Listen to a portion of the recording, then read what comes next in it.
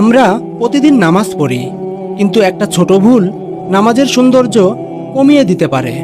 ভুলটা হলো সিজদায় তাড়াহুড়া করা। অনেকে ঠিকভাবে স্থির না হয়েই দ্রুত উঠে যান। রাসূলুল্লাহ সাল্লাল্লাহু আলাইহি ওয়াসাল্লাম এমন তাড়াহুড়া করা নামাজকে অপূর্ণ বলেছেন। সিজদা এমনভাবে করতে হবে যাতে শরীরের সব অঙ্গ স্থির হয়। ঠিক করার উপায় খুব সহজ। সিজদায় গিয়ে অন্তত একবার ধীরে বলুন সুবহান রাব্বিয়াল আলা এবং এক মুহূর্ত স্থির থাকুন। মনে রাখুন, সিজদা হলো আল্লাহর সবচেয়ে নিকটবর্তী মুহূর্ত। তাড়াহুড়া নয়, শান্তি নিয়ে করুন।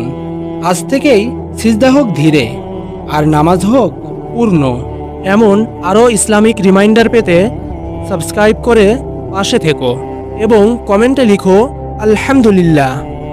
দেখি কারা এখনও আল্লাহকে মনে রাখে।